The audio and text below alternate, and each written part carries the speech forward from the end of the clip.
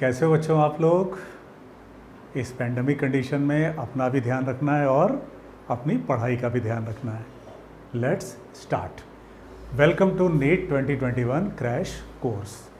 बच्चों last class में हम लोगों ने क्या पढ़ लिया था? Projectile motion. आज हम लोग क्या करेंगे? प्रोजेक्टाइल मोशन को कंप्लीट करेंगे। उसमें हम लोग हॉरिजॉन्टल प्रोजेक्शन और उसके कंसेप्ट को सीखेंगे, projectile motion on inclined plane के कंसेप्ट को सीखेंगे और उसके बाद रिलेटिव वेलोसिटी को सीखेंगे। बच्चों इस क्लास का चूँकि ये क्रैश कोर्स है तो इसमें हम लोग जो मेन कंसेप्ट्स हैं उनको कवर करते हुए और उसको क्वेश्चंस पर रखते हुए फटाफट आगे बढ़ते जाएंगे, क्योंकि ये क्रैश कोर्स है। पर्पज़ इसका ये है कम टाइम में ज़्यादा पॉइंट्स को कवर करना। तो बच्चों अगर इसको आप लोग थोड़ा सा पढ़ करके आओगे, थोड़ा प्रिपेयर होकर के आओगे तो इस क्लास का आपको बेनिफिट और ज़्यादा मिलेगा। Let's begin. लास्ट क्लास से बच्चों हम लोगों ने प्रोजेक्टाइल मोशन पढ़ा था ना, कि अगर हम ग्राउंड टू ग्राउंड किसी बॉडी को फेंकते हैं और उसके बहुत सारे कंसेप्ट को सीखा था, हम लोगों ने रिवाइज़ किया था। किसी की अगर वो क्लास छोटी होगी तो वो उसको वीडियो लेक्चर को रिवाइज़ कर लेगा। क्या पढ़ा था उसमें? वेलोसिटी हमेशा टेंजेंट होती है, हॉरिजॉन्टल वेलोसिटी हमेशा सेम रहती है, वर्टिकल वेलोसिटी चेंज करती है। तो अगर किसी बॉल को हमने किसी टावर से हॉरिजॉन्टली थ्रो किया, हॉरिजॉन्टल प्रोजेक्शन, तो ये कंसेप्ट भी काफ़ी हद तक वैसा ही है। बॉल एक पैराबोलिक पाथ लेते हुए वापस ज़मीन पर आएगी।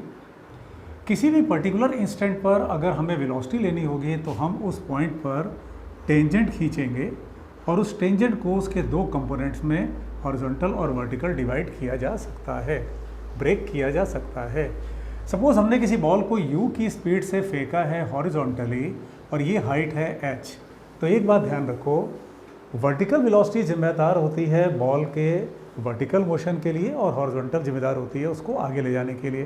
फिलहाल तुमने बॉल को हॉरिजॉन्टली थ्रो किया है, उसके पास वर्टिकल कोई वेलोसिटी है ही नहीं, तो इसका मतलब बॉल को नीचे आने में वही समय लगेगा जो अगर बॉल को यहाँ ड्रॉप कर दिया गया होता तो लगता। यानी t कितना लगेगा? रूट में 2h/g। इसका मतलब ये निकला कि बॉल को हमने चाहे 10 मीटर पर सेकंड से फेंका, चाहे 20 मीटर पर सेकंड से, चाहे हमने बॉल को वहाँ जस्ट ड्रॉप कर दिया, बॉल को नीचे आने में सेम समय लगेगा, क्योंकि हॉरिजॉन्टल वेलोसिटी का वर्टिकल मोशन से कोई लेना देना नहीं है। तो हॉरिजॉन्टल वेलोसिटी को किससे लेना देना है? बॉल कितना दूर जाके गिरेगी। अगर ग्राउंड पे बॉल गिरी जाकर के d डिस्टेंस पर, तो इस d को आप कैसे निकाल लोगे? हॉरिजॉन्टल डायरेक्शन में कोई एक्सेलरेशन मौजूद नहीं है तो आप इसको u इंटू टी कर दोगे, हॉरिजॉन्टल वेलोसिटी इंटू टाइम कर दोगे, आपको ये डिस्प्लेसमेंट मिल जाएगा। यानी हॉरिजॉन्टल डिस्प्लेसमेंट मिल जाएगा, बॉल कितना दूर आकर के गिरी। बॉल जैसे जैसे वहाँ से नीचे आती जाएगी उसकी वर्टिकल वेलोसिटी बढ़ती जाएगी ग्रेविटी के कारण, कोई ग्रेविटी उसको नीचे खींचेगी। लेकिन जहाँ तक हॉरिजॉन्टल वेलोसिटी का सवाल है उस पर कोई असर एक बार फिर से नहीं पड़ेगा, जैसे पूरे प्रोजेक्टाइल मोशन में होता आया है। तो यहाँ पर दो बातें ध्यान रखने वाली हैं। नंबर 1, बॉल को नीचे आने में जो लगने वाला समय है वो इंडिपेंडेंट है हॉरिजॉन्टल वेलोसिटी ऑफ प्रोजेक्शन से। नंबर 2, हॉरिजॉन्टल वेलोसिटी को इस बात से मतलब है या वो जिम्मेदार है बॉल को ज़्यादा दूर गिराने के लिए। यानी अगर हमने 10 मीटर पर सेकंड से फेंका तो बॉल जितना दूर गिरेगी, अगर हम उसको 30 से फेंकें तो बॉल और ज़्यादा दूर गिरेगी। किसी पर्टिकुलर इंस्टेंट पर अगर हमें एंगल निकालना पड़े, अगर हमें टाइम निकालना पड़े, सब किया जा सकता है। फॉर एग्जांपल अगर हमसे कहा जाए कि हमने किसी बॉल को प्रोजेक्ट किया सपोज 10 मीटर पर सेकंड से और इस टावर की जो ऊंचाई है वो है सपोज 320 मीटर, तो बच्चों ये बॉल कितनी देर में ज़मीन पर आएगी इस फॉर्मूले से निकाल लोगे। क्या टाइम आ जाएगा? होल रूट 2h/g बैठा दो, तुम्हारे पास में 8 सेकंड आ गया बॉल के ज़मीन तक आने में। बॉल टावर से कितना दूर जाके गिरी, अगर वो डिस्टेंस निकालना पड़े जैसा तुमने यहाँ पे किया, u इंटू टी कर दो, 10 इंटू 8 कर दो, यानी 80 मीटर दूर जाके बॉल गिरेगी। अब आप यहाँ देख सकते हो अगर इस 10 की जगह 20 होता तो ये 20 इंटू 8 160 होता, यानी हॉरिजॉन्टल वेलोसिटी जिम्मेदार होगी बॉल को दूर ले जाने के लिए। इसमें अगर हमसे पूछा जाए कि बॉल जब ज़मीन पर गिरी तो बताइए उसकी स्पीड कितनी थी, तो वर्टिकल वेलोसिटी को निकाल लो, वाई एक्सिस की वेलोसिटी को निकाल लो, नीचे की तरफ है डायरेक्शन निगेटिव होगा ऑब्वियसली। हम उसके मॉड वैल्यू को लेके चले अगर तो g इंटू टी, यानी टाइम लगा है 8 सेकंड का, तो इसका मतलब वर्टिकल वेलोसिटी इसकी हो चुकी होगी 80 जब बॉल ने ज़मीन पे हिट किया है। इसका मतलब बॉल जब यहाँ पे हिट कर रही है उसकी हॉरिजॉन्टल वेलोसिटी तो वही मेंटेन रह जाएगी 10, लेकिन वर्टिकल वेलोसिटी हो चुकी होगी 80 डाउनवर्ड डायरेक्शन में। अगर हमने वेक्टर बैठाया होता तो -g/t लेते तो या माइनस साइन के साथ आंसर आता। स्पीड मांगी गई है तो इनका मैग्नीट्यूड निकाल डालो, यानी 10 स्क्वायर प्लस 80 स्क्वायर कर डालो, तुम्हें इसका मैग्नीट्यूड मिल जाएगा बच्चों। कितना मिल जाएगा? 10√65। कैलकुलेशन आप लोग मिलाते जाना। यानी अगर क्वेश्चन आपसे पूछ ले कि उसकी स्पीड बताओ तो हॉरिजॉन्टल वेलोसिटी पर समय का कोई प्रभाव नहीं पड़ेगा, वर्टिकल वेलोसिटी बढ़ती चली जाएगी। 8 सेकंड पे बॉल जाके ज़मीन पे हिट कर रही है, तो बॉल ज़मीन पे जब हिट करेगी तो वो इतनी स्पीड से हिट करेगी। अगर पूछा जाए कि बताओ उस समय उसका एंगल कितना था हॉरिजॉन्टल के साथ जब बॉल ने हिट किया, निकाल लोगे। Yes, theta equal to tan inverse vertical velocity by horizontal velocity. Vertical velocity that is 80 और हॉरिजॉन्टल कितनी थी? 8, तो 80/10 या कह लें tan इनवर्स 8। अगर हॉरिजॉन्टल से एंगल मांगा गया तो vertical velocity by horizontal velocity vy/vx कर देना। 80/10 दैट इज काट दिया उसको तो tan इनवर्स 8 मिल जाएगा। किसी जनरल इंस्टेंट पर अगर एग्जामिनर हमसे ये पूछ ले कि बताइए बॉल उस समय किस जगह पर थी, सपोज ये तो 8 सेकंड में बॉल नीचे आई है। अगर क्वेश्चन ने हमसे पूछ लिया कि बताओ 2 सेकंड में बॉल पॉइंट ऑफ प्रोजेक्शन से कितनी दूरी पर थी, ध्यान देना क्वेश्चन पे बच्चों। क्लास में बिल्कुल अलर्ट बैठो, साथ साथ नोट कर सको तो और अच्छा नोट करते जाओ, कंसेप्ट अपना क्लियर करते जाओ।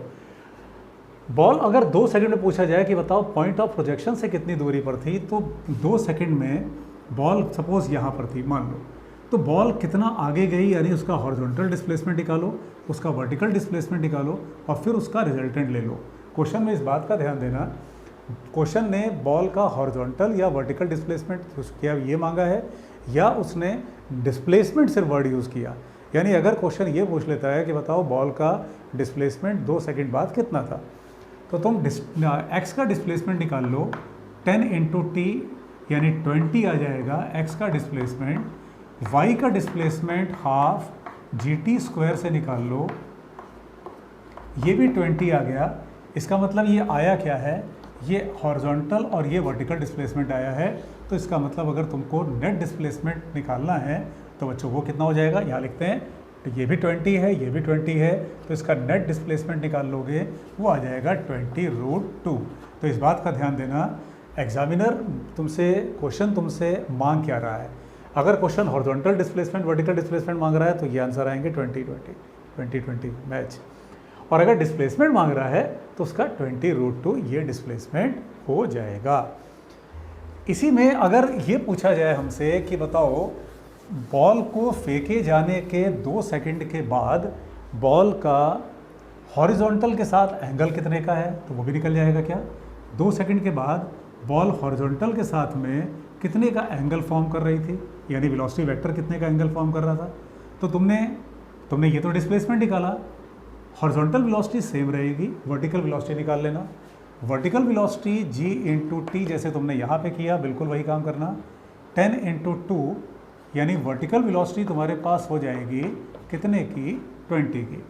तो अगर 2 सेकंड बाद क्वेश्चन ने पूछ लिया तुमसे हॉरिजॉन्टल के साथ एंगल बताओ, वर्टिकल के साथ एंगल बताओ, तो हॉरिजॉन्टल वेलोसिटी पर टाइम का कोई असर नहीं पड़ेगा, वो 10 मेंटेन रहेगी। वर्टिकल वेलोसिटी g/t के मुताबिक कितनी हो चुकी होगी बच्चों 2 सेकंड बाद, 20। तो अगर हॉरिजॉन्टल से एंगल मांगा गया तो वेक्टर का एलिमेंट्री कंसेप्ट बैठा दो, परपेंडिकुलर बाई बेस बैठा दो, इस एंगल को निकाल लो।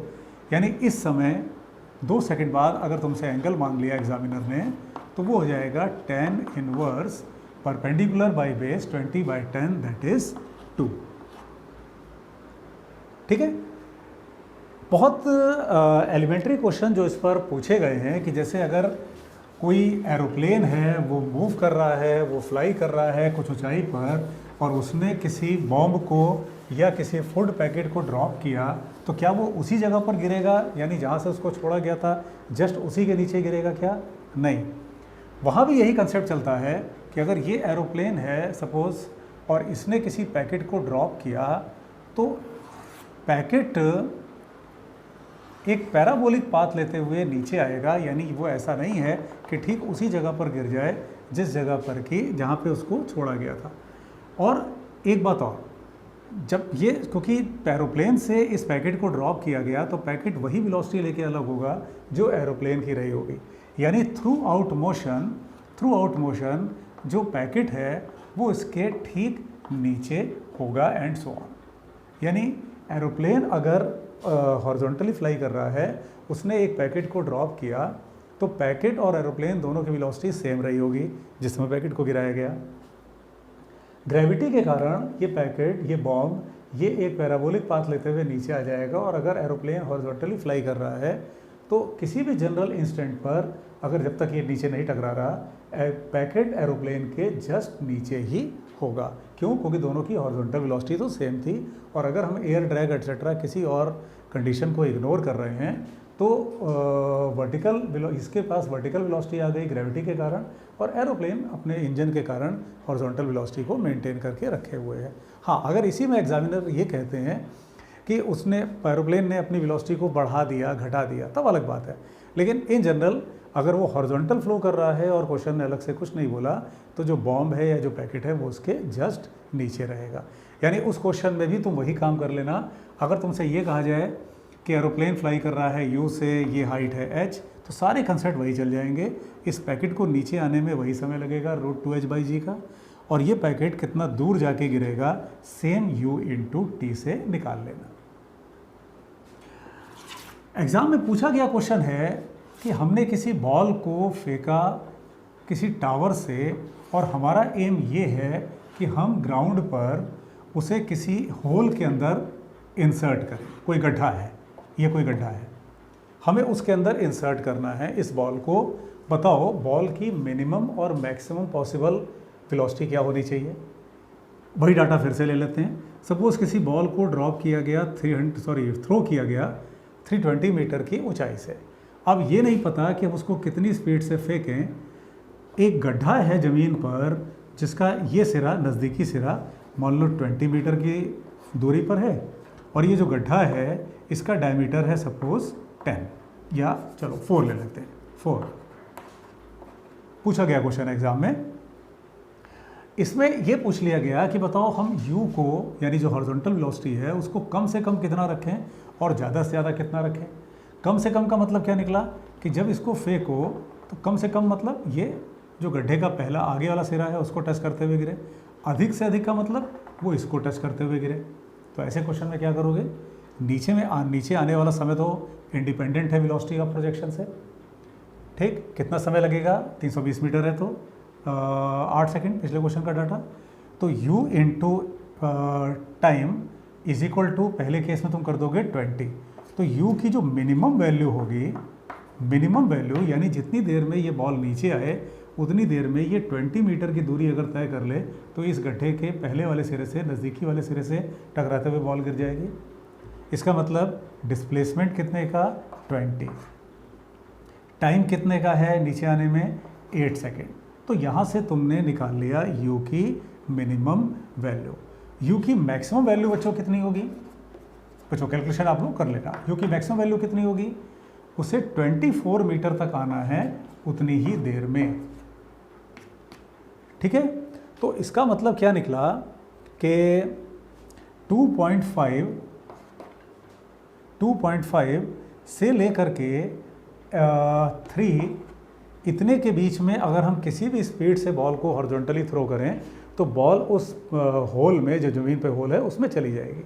लेकिन अगर हमने 2.5 से कम फेंका तो बॉल इधर कहीं गिर जाएगी। हमने अगर 3 से ज़्यादा स्पीड से फेंका तो बॉल यहाँ से आगे गिर जाएगी। तो एग्जामिनर इसी बात को ऐसे भी पूछ सकता है, क्वेश्चन में आपके सामने ऐसे रखा जा सकता है कि हमने बॉल को अगर 2.8 से फेंका, 2.9 से फेंका, तो बताओ बॉल उसके अंदर जाएगी कि नहीं। यस, उसके अंदर बॉल चली जाएगी। 2.5 से लेकर के 3 के बीच में कोई भी स्पीड अगर आप रखोगे तो बॉल इसके अंदर चली जाएगी। ठीक है, प्रोजेक्टाइल ऑन इंक्लाइंड प्लेन। चलो बच्चों फटाफट, प्रोजेक्टाइल ऑन इंक्लाइंड प्लेन, इसका क्या कंसेप्ट है। कम क्वेश्चंस पूछे गए हैं इस पर, लेकिन कंसेप्ट हमें आना चाहिए। इंक्लाइंड प्लेन पर जब किसी प्रोजेक्टाइल को फेंकते हैं तो उसमें क्या काम करते हैं। बॉल को जैसे यहाँ से फेंका तो ये ऐसे पैराबोलिक पाथ अगेन लेते हुए जाके यहाँ पे सपोज ऐसे हिट करती है। हमने बॉल को सपोज फेंका है u की वेलोसिटी से, ये एंगल मान लो है बीटा का, और ये पूरा एंगल मान लो है अल्फ़ा का। तो इंक्लाइंड प्लेन के क्वेश्चन में अगर आप एक कंसेप्ट अपने दिमाग में बैठा लो, इसे एक्स एक्सिस की तरह से ट्रीट करो और इसके परपेंडिकुलर वाई एक्सिस की तरह से ट्रीट करो, वाई एक्सिस की तरह से। जब प्रोजेक्टाइल इस पर जाएगी, इंक्लाइंड प्लेन पर जाएगी, तो ये एंगल अल्फ़ा माइनस बीटा का यू का एक कंपोनेंट जो इस एक्स एक्सिस के अलोंग, यानी तुमने क्या किया, तुमने अपनी एक्सिस को ही चेंज कर दिया, इसे एक्स और इसको वाई मान लिया। तो इधर की तरफ जो कंपोनेंट जाएगा you cos alpha minus beta का जाएगा ना, ये एंगल अल्फ़ा माइनस बीटा, और इसके परपेंडिकुलर यहाँ लिखते हैं you sine alpha minus beta का कंपोनेंट होगा इस इंक्लाइंड प्लेन के परपेंडिकुलर। तो ग्रेविटी जो होगी वो डाउनवर्ड काम करेगी, जी नीचे लगेगा, जी का एक कंपोनेंट तोड़ो जो इंक्लाइंड प्लेन के परपेंडिकुलर आएगा, वो कितना आएगा, जी कॉस बीटा, और इसके अलोंग, इंक्लाइंड प्लेन के अलोंग जी साइन बीटा। बच्चों ये बहुत एलिमेंट्री कंसेप्ट्स हैं, क्रैश कोर्स है इसलिए हम लोग इसमें फास्ट चल रहे हैं। क्रैश कोर्स वैसे भी बच्चों इस ये मानते हुए है कि आपने पहले से पढ़ा हुआ है और उसको फिर आप रिवाइज कर रहे हो, आपका उद्देश्य ये है कि जल्दी से जल्दी उसको रिवाइज करें और एक अच्छी रैंक से हम सिलेक्शन लें। तो एलिमेंट्री कंसेप्ट्स है, उसको हम लोग डायरेक्ट यूज़ कर रहे हैं। बॉल यहाँ से यहाँ तक जब पहुँचेगी, इस जगह तक जब तक पहुँचेगी, तो क्या होगा, उसकी वर्टिकल यानी वाई एक्सिस की वेलोसिटी को 0 करो। तो टाइम ऑफ फ्लाइट यानी बॉल को यहाँ से यहाँ तक पहुँचने में कितने का समय लगा, जी कॉस बीटा उसको अपोज कर रहा होगा। तो वाई डायरेक्शन में v = u + at अगर तुम बैठा दो तो u sine alpha minus beta v = u + at, बस g की जगह पे तुम क्या ले लेना, g cos बीटा, ठीक है ना, v = u - a × t। तो यहाँ से तुम्हारे पास टाइम ऑफ फ्लाइट आ गया। इसके कंसेप्ट को अगर समझ लो तो इस पर जो क्वेश्चंस बनते हैं बड़े फिक्स वैरायटी के बनते हैं। तो यहाँ से अपने पास में हम लोग एक काम करें, ये हम लोगों ने जो निकाला ये t/2 निकाला। t/2 इसलिए निकाला क्योंकि हम लोग इस y एक्सिस की वेलोसिटी को 0 ले रहे हैं जो कि ये पॉइंट है। तो यहाँ से अपने पास t आ गया कितना, 2u sine alpha minus beta by, होगा। चेक करके देखो, अगर इसी में तुम बीटा = 0 कर दो, बीटा = 0 कर दो, यानी ये इंक्लाइंड प्लेन ना रह जाए, ये हॉरिजॉन्टल सरफेस बन जाए, तो बीटा = 0 कर दोगे तो ये वैल्यू यहाँ से बना गई। बीटा = 0 किया तो 2u साइन अल्फ़ा बाई जी, क्या वही फॉर्मूला नहीं आ गया जो अपने टाइम ऑफ फ्लाइट का था, ग्राउंड टू ग्राउंड का। अब इसमें ये जो हॉरिजॉन्टल इसका डिस्प्लेसमेंट है, ये निकालने के लिए क्या काम करो, ये हॉरिजॉन्टल डिस्प्लेसमेंट, सपोज इसको अगर हम लोग कुछ नाम दे दें, मान लो इस पॉइंट को A, इस पॉइंट को B, और जहाँ पे प्रोजेक्टाइल हिट कर रहा है उसको C। तो A से B डिस्टेंस को निकाल लो, जिसको रेंज ऑन ग्राउंड भी बोलते हैं, रेंज ऑन ग्राउंड भी बोलते हैं। तो A × B को कैसे करो, हॉरिजॉन्टल वेलोसिटी का कंपोनेंट यानी इस डायरेक्शन में, हॉरिजॉन्टल डायरेक्शन में कितने का होगा, u cos अल्फ़ा का होगा इस डायरेक्शन में। तो u cos अल्फ़ा इसे टाइम ऑफ फ्लाइट से मल्टीप्लाई कर दो तो तुम्हारे पास ये डिस्टेंस आ गया। इसको बोलते हैं कई बार क्वेश्चन में इसे रेंज ऑन ग्राउंड पूछा जाता है। रेंज ऑन इंक्लाइंड सरफेस ये A से C होगा। तो रेंज ऑन इंक्लाइंड सरफेस को निकालने के लिए अगर तुमसे A से C पूछा गया तो तुम base upon hypotenuse that is cos beta इसे अप्लाई कर देना, और यहाँ से तुम A से C जो है उसको निकाल सकते हो। बच्चों को कितना होगा, AB sec बीटा, ठीक है, ये डिस्टेंस भी निकाला जा सकता है। अब इसी में अगर क्वेश्चन तुमसे ये कहता है, अब यहाँ थोड़ा ध्यान से सुनना बच्चों, हम लोग कंसेप्ट्स को भी कवर करेंगे और जो वैराइटीज़ के क्वेश्चन बनते हैं थोड़ा सा उसको भी हम लोग साथ साथ में कवर करते हुए बढ़ेंगे। इसी में क्वेश्चन तुमसे ये पूछ ले कि बताओ प्रोजेक्टाइल इंक्लाइंड सरफेस पर परपेंडिकुलरली हिट करे, तो परपेंडिकुलर हिट करने का मतलब हुआ कि जब तक बॉल यहाँ से इस जगह तक पहुँची, एक्स की वेलोसिटी को 0 कर दो। तो क्या काम करो उस कंडीशन में कि जितना टाइम यहाँ से बॉल को इस जगह तक पहुँचने में लगा उतनी देर में, यानी टाइम ऑफ फ्लाइट में, इस एक्स एक्सिस की velocity u cos alpha minus beta को 0 कर दो। कौन इसको घटाने का काम करेगा, g साइन बीटा। यानी उस कंडीशन में तुम इक्वेशन क्या बना लोगे, ध्यान सुनना, बॉल के परपेंडिकुलर हिट करने की कंडीशन, यानी इंक्लाइंड सरफेस को परपेंडिकुलर हिट करे तो एक्स एक्सिस पर इक्वेशन बनाएंगे, फाइनल वेलोसिटी 0, इनिशियल वेलोसिटी ये minus g sine beta into t, t क्या लोगे, ये लोगे, टाइम ऑफ फ्लाइट लोगे, ठीक है। तो इस पर क्वेश्चन जो फ्रेम होंगे वो तुम कर सकते हो, वो तुम्हें अगर हाँ इसमें अगर ये हाइट मांग ले कर लोगे इसको, जितना समय यहाँ से इस जगह तक पहुँचने में लगा होगा वो t/2 होगा ना, तो t/2 तो उतनी देर में ये ऊंचाई कितने की होगी, तो इनिशियल जो वर्टिकल वेलोसिटी थी उसको लेना, उसको इस पॉइंट पे 0 कर देना, g का कौन सा कंपोनेंट लोगे, g cos बीटा लोगे, यानी अब तुम्हें y एक्सिस पर g cos बीटा लेना है और जिस जो x एक्सिस है उस पर g sin बीटा लेना है, बस इतना काम करोगे तो ये कंसेप्ट बहुत आसान है, ठीक है। बहुत ज़्यादा वैरायटी के क्वेश्चंस भी इस पे नहीं बनते हैं, तो अगर थोड़ा सा इस पे कंसेप्ट अगर तुमने अपना क्लियर कर लिया तो वो आसानी से आ जाएगा। तो बच्चों ये हम लोगों ने कंप्लीट किया प्रोजेक्टाइल मोशन को। अब इस बार बच्चों आप लोगों का क्वेश्चन लगाना बहुत बहुत ज़रूरी है, क्योंकि जब तक आपकी क्वेश्चन पे प्रैक्टिस नहीं होगी, सिर्फ फिजिक्स में थ्योरी पढ़ने से नहीं बात बनती, उस पर जब तक आप न्यूमेरिकल्स नहीं सॉल्व करते हो तब तक आप उसका कमांड उस सब्जेक्ट पे नहीं बनता। अक्सर बच्चे पूछते हैं सर हम लोग पढ़ते तो बहुत हैं लेकिन हमारा नंबर क्यों नहीं आ रहा है। तो बच्चों पढ़ने में सिर्फ हमें फिज़िक्स में थ्योरी नहीं पढ़नी है, हमें उस पर प्रैक्टिस भी करनी है, हमें क्वेश्चंस भी सॉल्व करने हैं। तो बच्चों आगे बढ़ते हैं अगले चैप्टर की तरफ, रिलेटिव वेलोसिटी की तरफ। रिलेटिव वेलोसिटी, रिलेटिव मोशन, क्योंकि इसमें ज़्यादा बात होती है रिलेटिव वेलोसिटी की, इसलिए इन जनरल इसको देखोगे ज़्यादातर बुक्स रिलेटिव वेलोसिटी लिख देती हैं, रिलेटिव मोशन। यानी किसी एक पार्टिकल को किसी दूसरे पार्टिकल से देखा जाए या किसी एक कार को किसी दूसरी कार से देखा जाए। सबसे एलिमेंट्री फार्मूला बच्चों इसमें क्या होता है, velocity of A with respect to B is equal to velocity of A minus velocity of B. जिसको देख रहे हैं उसे पहले लिखते हैं, जहाँ से देख रहे हैं उससे सब्सट्रैक्ट किया जाता है, यानी V A minus V B. जिसके रेस्पेक्ट में देख रहे हैं यानी हम उससे सब्सट्रैक्ट करते हैं। सबसे एलिमेंट्री क्वेश्चन, सबसे बेसिक लेवल क्वेश्चन, कि जैसे क्वेश्चन ने ये कहा कि एक कोई कार ए है और वो जा रही है सपोज ईस्ट की तरफ 10 मीटर पर सेकंड से, और एक कार बी है, उसी लाइन पे ले लेते हैं, एक कार बी है जो अपोजिट डायरेक्शन में जा रही है सपोज 5 मीटर पर सेकंड से। तो कार ए को अगर बी से देखा जाए तो क्या होगा।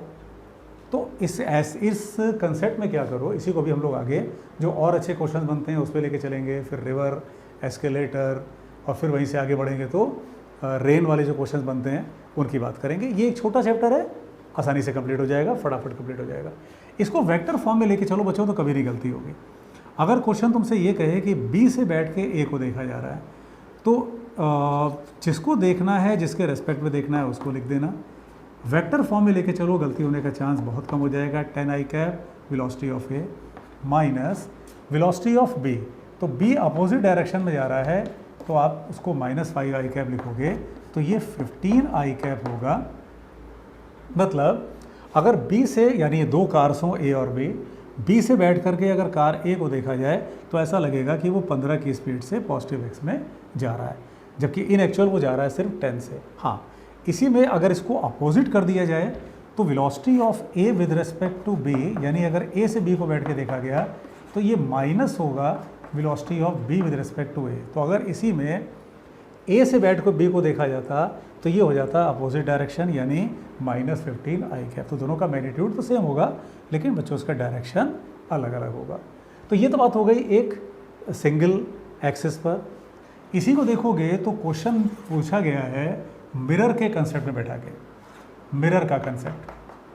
तो कोई मिरर, इस पर देखोगे तो मिरर के साथ भी क्वेश्चन फ्रेम किया गया है कि कोई ऑब्जेक्ट है और सपोज वो 2 की स्पीड से मिरर की तरफ बढ़ रहा है और मिरर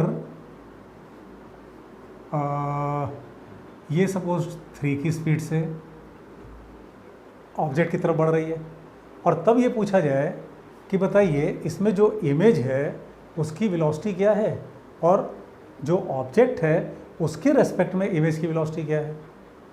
ठीक, तो बच्चों एक ऑप्टिक्स का कंसेप्ट है कि अगर कोई ऑब्जेक्ट मिरर के सामने मूव करे, मिरर स्थिर हो, तो इमेज के पास वही वेलोसिटी होती है इन अपोजिट डायरेक्शन, या कह लें वही स्पीड होता है इन अपोजिट डायरेक्शन, ऑब्जेक्ट 2 की स्पीड से चल रहा है मिरर की तरफ, मिरर 3 की स्पीड से आ रही है ऑब्जेक्ट की तरफ। ठीक है, कोलिजन मत कंसिडर कर लेना, ये मत कंसिडर कर लेना कि इस ऑब्जेक्ट ने मिरर को तोड़ दिया, उतने दूर की बात नहीं हो रही है। ऐसे क्वेश्चन में तुमसे ही पूछा जा सकता है कि बताओ इमेज की वेलोसिटी ऑब्जेक्ट के रेस्पेक्ट में कितनी है। ठीक है, अब उसमें क्या करोगे, चलो ये सीखा जाए। ऑब्जेक्ट चल रहा है 2 से, मिरर चल रहा है 3 से। इमेज एक कंसेप्ट होता है कि अगर मिरर रुकी हुई हो तो ऑब्जेक्ट जितनी स्पीड से चल रहा होता है इमेज उतनी ही स्पीड से चल रही होती है। पहले ये बना दो। फिर अगर ऑब्जेक्ट रुका होता, मिरर मूव कर रही होती, तो मिरर जिस डायरेक्शन में मूव करती है उसकी डबल स्पीड से सेम डायरेक्शन में इमेज चल रही होती है। यानी अगर ये इधर 3 से चल रही है तो ये 3 × 2 6 से चलेगी। अब अगर तुमसे पूछा गया है कि तुम बताओ velocity of image with respect to object, तो बच्चों velocity of image vector form में लेके चलो, गलती होने की संभावना बहुत कम हो जाएगी। इमेज की वेलोसिटी कितनी, -8i कैप। बच्चों जहाँ हम वेक्टर साइन छोड़ रहे हैं वो आप लोग लगाते जाओ। -8i cap minus velocity of object, वो कितना है बच्चों, 2i। तो इसका मतलब ये कितना हो गया, ये -10i हो गया। इसका मतलब अगर ऑब्जेक्ट से बैठ करके इमेज को देखा गया तो ऐसा लगा कि वो -x में 10 से जा रहा है। तो एक क्वेश्चन एक कंसेप्ट को दूसरे कंसेप्ट के साथ में, जैसे मिरर के साथ में इसको जोड़ दिया, तो ये काम भी किया जा सकता है। फिजिक्स में ये काम बहुत कॉमन है, एक कंसेप्ट को, किसी एक चैप्टर को दूसरे चैप्टर के साथ में मिला दिया जाता है। अब इसी को अगर तुमसे पूछ लिया जाए 2 डायमेंशनल के कंसेप्ट में, मान लो कार ए कहा जाता कि वो 10 मीटर पर सेकंड से चल रही है, कोई कार ए है और वो चल रही है 10 मीटर पर सेकंड से 37 डिग्री ईस्ट ऑफ नॉर्थ, और कोई कार बी है जो 4√2 से सपोज चल रही है साउथ वेस्ट, और तुमसे ये पूछ लिया क्वेश्चन में कि बताओ कार ए को बी से देख रहे हैं तो उसका मैग्नीट्यूड क्या है, स्पीड क्या है और डायरेक्शन क्या है। कर लोगे इसको? आसान क्वेश्चन है, बहुत आसान क्वेश्चन है। कार ए की वेलोसिटी को पहले वेक्टर फॉर्म में कन्वर्ट कर लेना। क्वेश्चन ने क्या बोला कि कोई कार ए है जो चल रही है इतनी स्पीड से इस डायरेक्शन में, कार बी है वो इतनी स्पीड से चल रही है इस डायरेक्शन में। अगर कार ए को बी से बैठ के देखा जाए तो उसका मोशन किधर होगा, यानी उसकी स्पीड क्या होगी और उसका डायरेक्शन क्या होगा। तो क्या काम करो ऐसे क्वेश्चन में, पहले तुम इसे इसके कंपोनेंट्स में ब्रेक कर लो। 10 मीटर पर second 37 degree east of north, यानी नॉर्थ से ईस्ट की तरफ मुड़ो, नॉर्थ से ईस्ट की तरफ मुड़ो, ये एंगल बनेगा। इसके कंपोनेंट्स को डिवाइड कर लो, 10 cos 37, 10 sin 37। तो वेलोसिटी ऑफ ए को वेक्टर फॉर्म में ले लो, कितना है वो, 6i + 8j। ठीक है, ऐसे क्वेश्चंस में ये बहुत आसान कंसेप्ट है, वेक्टर्स का एलिमेंट्री कंसेप्ट अगर पता है हम लोगों को तो ये फिर क्वेश्चंस बहुत आसान हो जाते हैं। तो ए की वेलोसिटी को तुमने वेक्टर फॉर्म में कन्वर्ट कर लिया। यही काम करो बी के लिए, बी के लिए यही काम करो। बी किधर जा रहा है, 4√2 साउथ वेस्ट, 4√2 साउथ और वेस्ट के बीच में, ईस्ट वेस्ट नॉर्थ साउथ। तो 4√2 साउथ वेस्ट, इसका मतलब बच्चों ये एंगल कितना है, 45 डिग्री। कंपोनेंट्स तोड़ो, 4 और 4। तो वेलोसिटी ऑफ बी यहाँ लिखते हैं, वेलोसिटी ऑफ बी कितना है, यानी बी किधर जा रहा है, -4i - 4j। अब ये एक बार आ गया तुम्हारे पास तो फिर इसमें कुछ नहीं बचा। Velocity of A with respect to B निकालना है, तो ए में से बी की वेलोसिटी को सब्सट्रैक्ट कर दो, ए में से बी की वेलोसिटी को सब्सट्रैक्ट कर दो। 6i - 4i दैट इज क्या लिखे बोलो, 10i। 8j - 4j that is 12j। इसका मतलब अगर बी से बैठ के ए को देखा गया, जिसको देखा जाता है उसको पहले लिखते हैं, जहाँ से देखा जा रहा है उसको बाद में लिखते हैं। तो ये आ गई तुम्हारे पास वेलोसिटी, और ये एक बार आ गई तुम्हारे पास, तो तुम्हारे पास मैग्नीट्यूड और डायरेक्शन सब आ गया। अगर इसका मैग्नीट्यूड निकालना है, तो कर लोगे 10² + 12 का स्क्वायर, और उसके बाद इसका कॉमन फैक्टर उठाओ, बाहर खींच लो। क्या मिल जाएगा कॉमन फैक्टर, मान लो तुमने 2 को बाहर निकाल लिया तो ये 2 रूट, अच्छा यहाँ कितना आ गया 25, यहाँ कितना आ गया 36। तो उसके बाद तुमने इसको सॉल्व कर लिया तो ये मिल गया 2 रूट 61। बच्चों कैलकुलेशन मिला लेना आप लोग, ठीक है। 2 को बाहर निकाल लिया तो 2 × 5 यस 25, 2 × 6 36, यहाँ से बाहर निकल गया तो ये आ गया 2 रूट 61। अब इसके डायरेक्शन की अगर बात की गई तो 10i + 12j, बच्चों वेक्टर वाला कंसेप्ट बैठा लेना।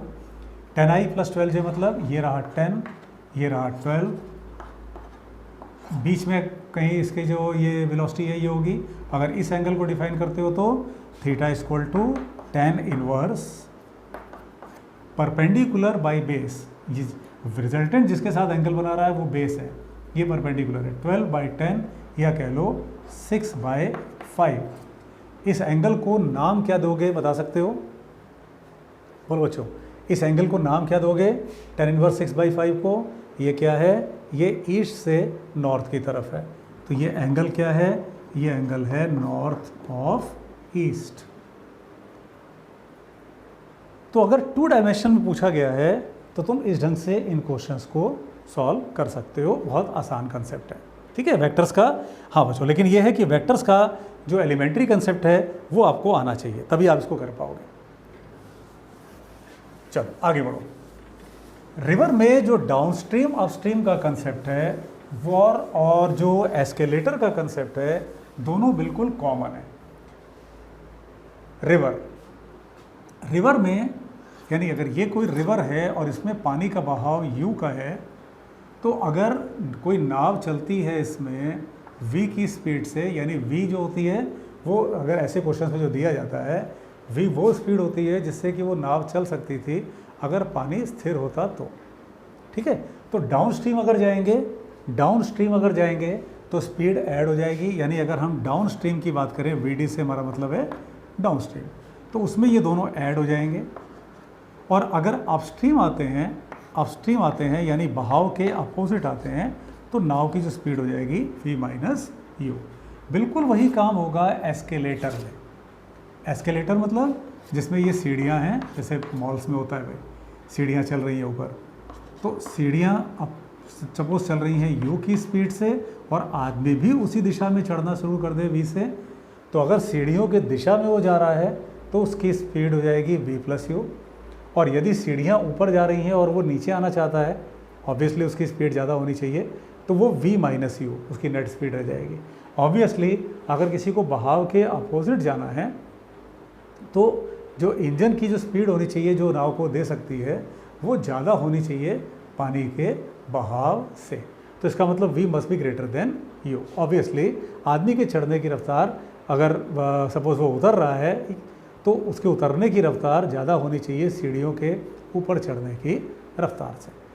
बड़े सिंपल क्वेश्चंस फ्रेम होते हैं, बहुत आसान सा कंसेप्ट है। जैसे एस्केलेटर में ही अगर हम लोगों से ये कहा गया कि कोई व्यक्ति है जो किसी एस्केलेटर पे अगर सिर्फ खड़ा है तो उसको ऊपर पहुंचने में सपोज लगते हैं 60 सेकंड।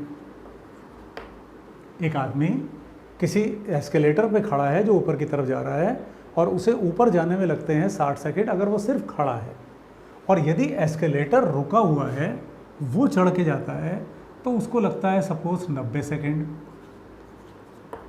तो बताइए अगर वो भी चलना शुरू कर दे, एस्केलेटर भी चल रहा हो, तो उसे कितना समय लगेगा? क्वेश्चन क्लियर हो रहा है? अगर एस्केलेटर ऊपर की या आदमी सिर्फ खड़ा है और एस्केलेटर चल रहा है तो इसको जाने में ऊपर लगा 60 सेकंड। अगर एस्केलेटर रुका है और आदमी चढ़ के जा रहा है तो उसको लगा 90 सेकंड। अगर वो एस्केलेटर भी चल रहा हो और वो खुद भी चलना शुरू कर दे तो उसे कितना समय लगेगा? ऑब्वियसली टाइम उसको और कम लगना चाहिए। तो अगर हम थोड़ा सा इसके कंसेप्ट को डिस्कस कर लेते हैं। अगर ये मान लेते हैं कि डिस्टेंस इसका कुछ d है जिसको तय करना है, तो u अपने पास बच्चों क्या होना चाहिए? u कितना होना चाहिए? u मतलब जिससे एस्केलेटर चल रहा है, तो d/60। अगर वो व्यक्ति खुद चढ़ के जाता तो उसे कितने का समय लगता? d/90। बच्चों ये कंसेप्ट इसलिए ज़रूरी है आपको क्योंकि कई बार इसमें ऐसे क्वेश्चंस भी पूछे जा चुके हैं कि एक डाटा दिया गया है ग्राउंड से 5th फ्लोर का और दूसरा डाटा मांग लिया गया है ग्राउंड से 3rd फ्लोर का, तो उसमें आपको फिर अगर ये कंसेप्ट पता होगा तो उन क्वेश्चंस को भी आप कर लोगे। कई बार बच्चे शॉर्ट ट्रिक्स के चक्कर में लग जाते हैं। फिज़िक्स में शॉर्ट ट्रिक्स का हर जगह एप्लीकेशन करना अच्छा नहीं है। अगर हमें कंसेप्ट पता है तो हम उसे हर वैरायटी के क्वेश्चंस में कर ले जाएंगे। कई बार जब हम लोग शॉर्ट ट्रिक लगा रहे होते हैं तो हम ये भूल जाते हैं कि उसकी लिमिटेशन क्या है और बेवजह अपना क्वेश्चन गलत कर बैठते हैं। और अब जबकि बच्चों कंपटीशन की स्थिति ये है कि कई एग्ज़ाम्स में तो 100% मार्किंग जा रही है, आपने देखा है 100% मार्किंग जा रही है। तो वहाँ पे एक एक नंबर पर सैकड़ों लोग होते हैं। तो अगर हमने एक छोटी सी भी गलती किया तो उसका नतीजा हमारे सिलेक्शन पे भी पड़ता है, हमारी रैंक पे पड़ता है। इसलिए हमें उसको कंसेप्ट से समझना है, ज़्यादा आसान रहेगा। अब इसके बाद बच्चों क्या करोगे, अगर ऊपर पहुंचने में कितने का समय लगा वो निकालना हो तो d/v + u कर दोगे, ये डाटा बैठा दोगे, तुम्हारे पास तुम्हारा आंसर आ जाएगा। सिमिलरली ये जो कंसेप्ट है ये बिल्कुल सिमिलर है डाउनस्ट्रीम और अपस्ट्रीम के कंसेप्ट के साथ में। ठीक है, चलो आगे बढ़ो। क्रॉसिंग द रिवर की बात करो। अब अगर तुम किसी रिवर को क्रॉस करते हो बच्चों, ऑब्वियसली इसमें बहुत सारी वैरायटी के क्वेश्चंस बनते हैं, लेकिन हम लोग क्रैश कोर्स में उतनी वैरायटीज़ को नहीं कवर कर सकते। हाँ, उसको आप लोग क्वेश्चन को सॉल्व करो और जहाँ जहाँ दिक्कत होती है उसको ले आकर के उसको आप पूछ सकते हो, कमेंट बॉक्स में ले आके उसको आप पूछ सकते हो। बहुत वैरायटी के क्वेश्चन बनते हैं, उसको हम लोग क्रैश कोर्स में कवर नहीं कर सकते। क्रॉसिंग द रिवर बच्चों, क्रॉसिंग द रिवर में दो कंसेप्ट होते हैं। ये कोई नदी है जिसके में पानी का बहाव इधर है, एक उद्देश्य होता है कि उसे ठीक सामने वाले पॉइंट पे पहुंचना है। क्या कहते हैं बच्चों उसको, शॉर्टेस्ट टाइम या शॉर्टेस्ट पाथ, शॉर्टेस्ट टाइम या shortest path, shortest path. Shortest path की कंडीशन में वो कुछ ऐसे चलेगा। अभी इसमें हम लोग आगे जो ये भी सीखेंगे कि उसे अगर शॉर्टेस्ट टाइम और शॉर्टेस्ट पाथ इन दोनों से ही नहीं जाना है, उसे किसी एक फिक्स पॉइंट पे पहुंचना है, तो क्या करेंगे। अगर स्पीड उसकी पानी के बहाव से कम है तो क्या करेंगे, ये सारे कंसेप्ट हम लोग सीखेंगे। इसलिए क्लास को बिल्कुल प्रॉपरली करो और उसे साथ में नोट्स बनाते हुए करो, उसका तुम्हें मैक्सिमम बेनिफिट मिलेगा। शॉर्टेस्ट टाइम में क्या होता है, शॉर्टेस्ट पाथ में उसे ए से चलना है और सामने वाले पॉइंट यानी बी पर पहुंचना है। जैसे ही वो पानी में उतरेगा, पानी उसको अपनी दिशा में बहाने लगेगा, तो ये कुछ ऐसे चलेगा कि इसकी वेलोसिटी का एक कंपोनेंट इसे पार कराने के लिए जिम्मेदार हो और एक कंपोनेंट इसका क्या करे, इस पानी के बहाव को बैलेंस कर ले। वो कुछ ऐसे तिरछा चले, यानी वो जब देखेगा कोई बोट है तो उसको ऐसा लगेगा कि वो यहाँ देख रहा है जैसे, लेकिन वो ऐसे चलता जाएगा। थोड़ा ध्यान दो बच्चों, बोट पे वो ऐसे चलेगा, वो अपना प्रयास कर रहा है इस दिशा में, लेकिन उसकी वेलोसिटी का एक कंपोनेंट पानी के बहाव को बैलेंस कर रहा है और इस कंपोनेंट के कारण वो पार कर जाएगा। तो अगर नदी की चौड़ाई है d, तो उसे जो समय लगेगा इस नदी को पार करने में वो d/v cos थीटा का, और v sin थीटा ने बैलेंस करके रखा होगा पानी के बहाव को यानी u को। अंडरस्टूड है बच्चों, इसमें v की वैल्यू u से बड़ी होनी ही चाहिए। यानी जो आदमी के तैरने की रफ्तार है या नाव के तैरने की रफ्तार है, अगर पानी स्थिर होता तो वो ज़्यादा होनी चाहिए पानी के बहाव से, क्योंकि उसका एक साइन कंपोनेंट पानी के बहाव को बैलेंस कर रहा है। तो ऑब्वियसली ये v वैल्यू u से बड़ी होनी चाहिए। यानी अगर पानी की रफ्तार है मान लो 5 किलोमीटर प्रति घंटा और व्यक्ति तैर सकता है 5 से कम 4 किलोमीटर प्रति घंटे से, तो वो ठीक सामने वाले पॉइंट पर नहीं पहुंच पाएगा, वो शॉर्टेस्ट पाथ से नहीं पहुंच पाएगा। इसी में अगर क्वेश्चन तुमसे पूछ ले कि बताओ उसकी रिजल्टेंट वेलोसिटी कितनी है, तो ये वेलोसिटी तो उसकी कैंसिल हो गई, तो रिजल्टेंट वेलोसिटी बच्चों उसके पास कितनी बच गई, v cos थीटा की। अब अगर उसे शॉर्टेस्ट टाइम से जाना है, शॉर्टेस्ट टाइम, तो शॉर्टेस्ट टाइम से वो क्या करेगा, अगर तुम इससे भी समझ सकते हो, अगर t की वैल्यू को तुम्हें मिनिमाइज़ करना है, नदी की चौड़ाई तो फिक्स है भाई, ऐसा तो है नहीं कि कोई तैरने के लिए आया तो नदी कहे कि चलो भाई हम थोड़ा पतले हो जाते हैं। नदी की चौड़ाई फिक्स है, आदमी के तैरने की रफ्तार फिक्स है, तो वेरिएबल क्या है, थीटा, कॉस थीटा। तो कॉस थीटा की मैक्सिमम वैल्यू जब वो 0 होगा, तो कॉस थीटा की मैक्सिमम वैल्यू 0 होने पर यानी वो 1 वैल्यू आएगी नीचे, डिनोमिनेटर मैक्सिमम तो ओवरऑल टाइम मिनिमम। तो थीटा की वैल्यू 0, थीटा की वैल्यू 0 का मतलब क्या हुआ, वो परपेंडिकुलर चले। इसका मतलब वो प्रयास तो करेगा परपेंडिकुलर चलने का, लेकिन पानी का बहाव उसे अपनी दिशा में लेके जाएगा, कुछ बहाएगा, उसे अपनी दिशा में, तो होगा क्या, वो कुछ तिरछा जाएगा, वो कुछ ऐसे जाएगा, उसका जो एक्चुअल मोशन होगा वो कुछ ऐसे होगा।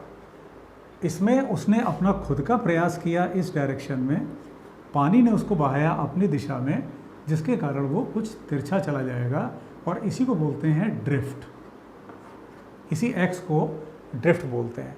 उस कंडीशन में वो सामने वाले पॉइंट पर नहीं पहुंचेगा, वो बी वाले पॉइंट पर नहीं पहुंचेगा, वो किसी पॉइंट सी पर पहुंचेगा, और वो जो पॉइंट है वो थोड़ा सा आगे होगा, यानी ड्रिफ्ट। तो बच्चों इसमें टाइम कैसे निकल जाएगा, d/v, यानी पूरी पूरी जो तैरने की रफ्तार है वो जिम्मेदार है नदी को पार कराने के लिए। फिर वही प्रोजेक्टाइल वाला कंसेप्ट आ गया, ये वेलोसिटी जिम्मेदार है उसको पार कराने के लिए, और आगे बहाने के लिए नदी का बहाव जिम्मेदार है। तो इस x को निकालना हो तो क्या करो, इस x को निकालना हो तो क्या करो, u × t, यानी पानी का बहाव उसको आगे ले जाएगा, वो उसको आगे x डिस्टेंस तक खींच ले जाएगा। इसमें अगर पूछ लिया जाए तुमसे कि रिजल्टेंट वेलोसिटी कितनी है, तो उसके पास अपने इंजन के कारण भी वेलोसिटी है और नदी के बहाव के कारण भी वेलोसिटी है, तो इसको v² + u², ये हो जाएगी उसकी रिजल्टेंट वेलोसिटी। इस कंडीशन में तुमसे ये पूछ लिया जाए कि बताओ ये एंगल कितने का है, जितने एंगल पर वो जाएगा रिजल्टेंट, तो वो निकल जाएगा कितना, θ = tan इनवर्स, फिर वही कंसेप्ट प्रोजेक्टाइल अभी जो इससे पहले हम लोगों ने सीखा था, u/v।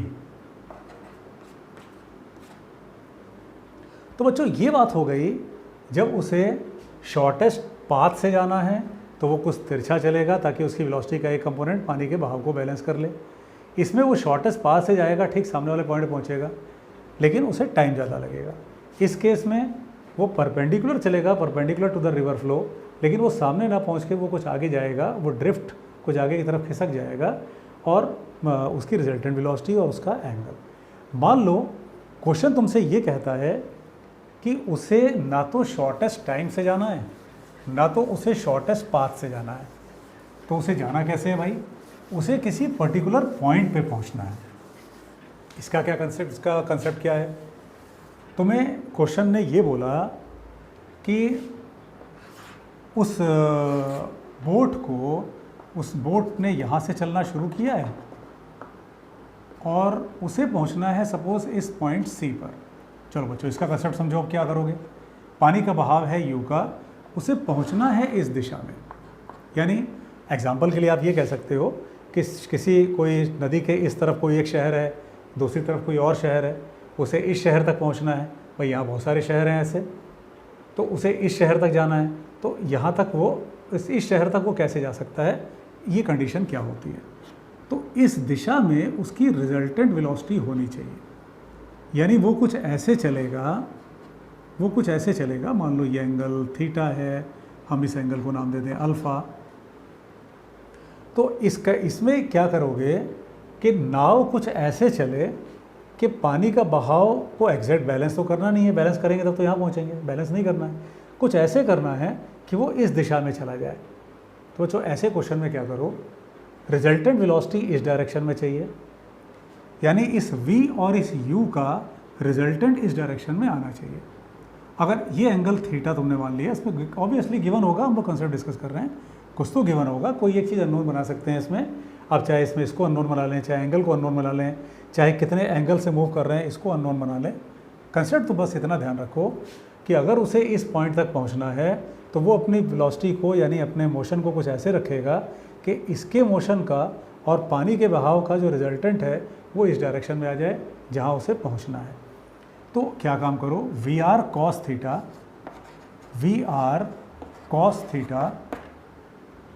ये बराबर होना चाहिए किसके, v साइन अल्फ़ा के, क्योंकि इस वेलोसिटी का कंपोनेंट ये v क्या है, जो नाव के चलने की स्पीड है, vr क्या है, रिजल्टेंट स्पीड इस डायरेक्शन में।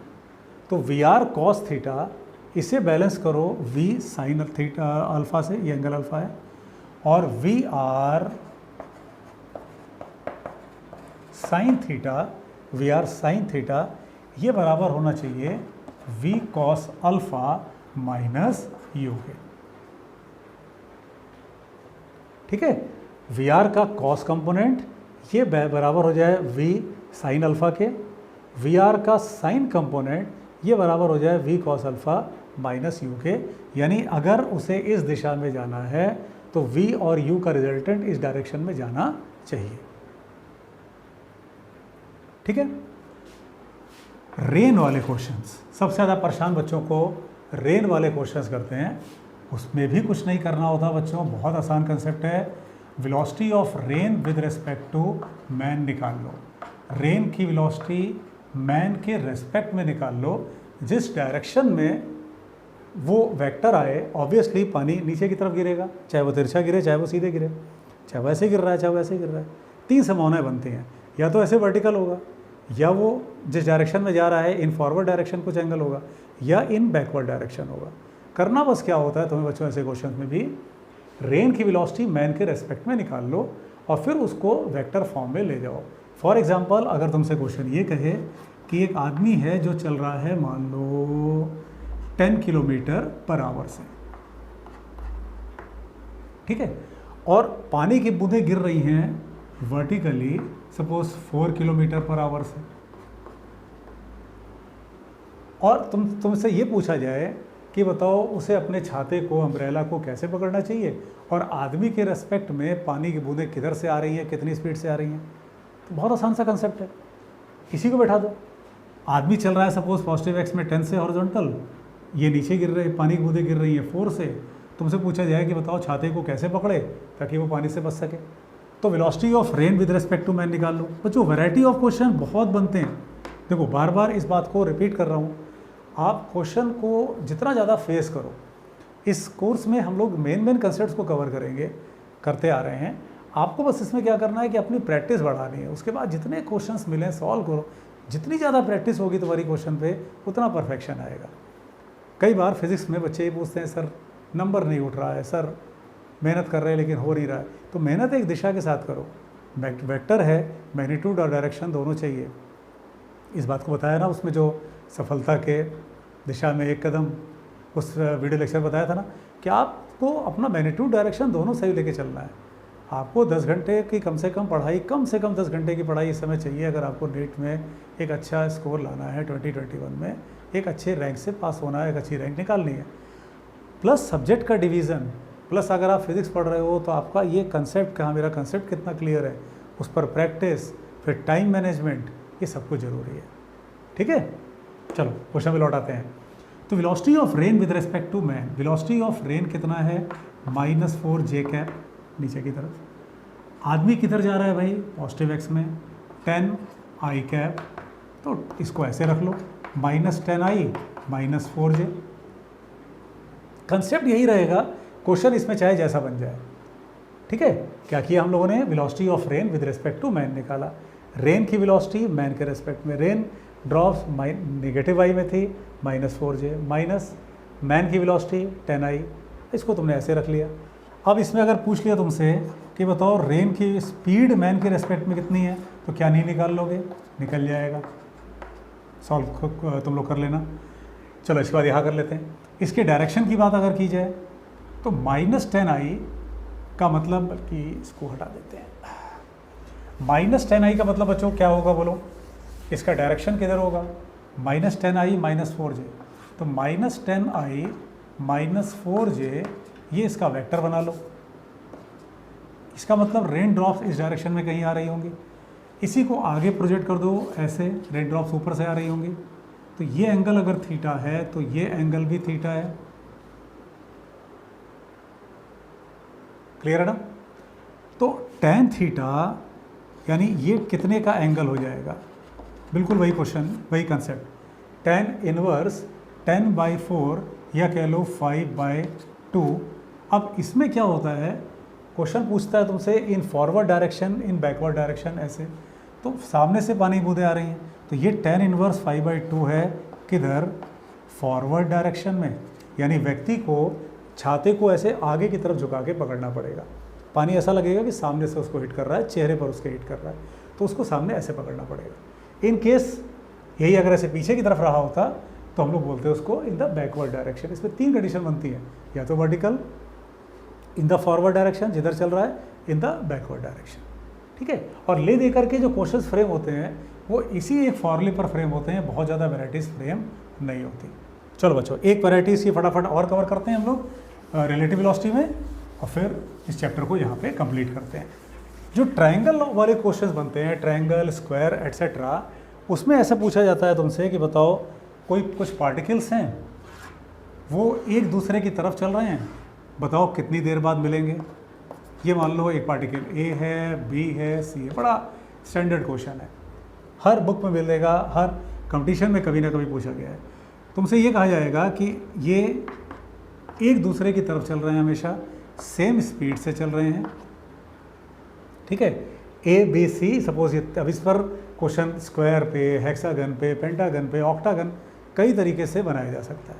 फिर वही बात है बच्चों, फिजिक्स में अगर तुम्हारा कंसेप्ट क्लियर है तो क्वेश्चन कैसा भी बनेगा तुम कर लोगे। ए बी सी, इस पर इसके 3 वर्टेक्स पर पार्टिकल है और पार्टिकल्स हैं, और ये तीनों एक दूसरे की तरफ चल रहे हैं। मान लो इस इक्विलेटरल ट्रायंगल का साइड है डी, और तुमसे ये पूछा गया कि बताओ ये कितनी देर के बाद मिल जाएंगे तीनों पार्टिकल्स। किसी 2 पार्टिकल को पकड़ लो, किसी 2 पार्टिकल को, और ये ढूंढ लो कि उन्हें मिलने में कितना देर लगेगी। फॉर एग्जांपल, अगर हम ए और बी को पकड़ें, हम इन दोनों पार्टिकल को पकड़ें, तो ये एंगल है 60 डिग्री का। इनका वेलोसिटी ऑफ अप्रोच ढूंढ लो। ए चल रहा है इधर v से, और ये आ रहा है कितने से बेटा, v cos 60, कितना हो गया ये, v/2। ऐसे क्वेश्चंस में क्या करो, कोई 2 पार्टिकल्स ले लो और उनका रिलेटिव वेलोसिटी ऑफ अप्रोच ढूंढ लो। रिलेटिव वेलोसिटी ऑफ अप्रोच मतलब एक दूसरे की तरफ कितनी स्पीड से वो जा रहे हैं। तो ये इधर आ रहा है v से, ये इधर आ रहा है v cos 60 यानी v/2 से। तो टाइम कितने का लगेगा, इनके बीच का गैप कितने का है, d। इनका रिलेटिव वेलोसिटी ऑफ अप्रोच कितना है, v + v/2, that is 3v/2।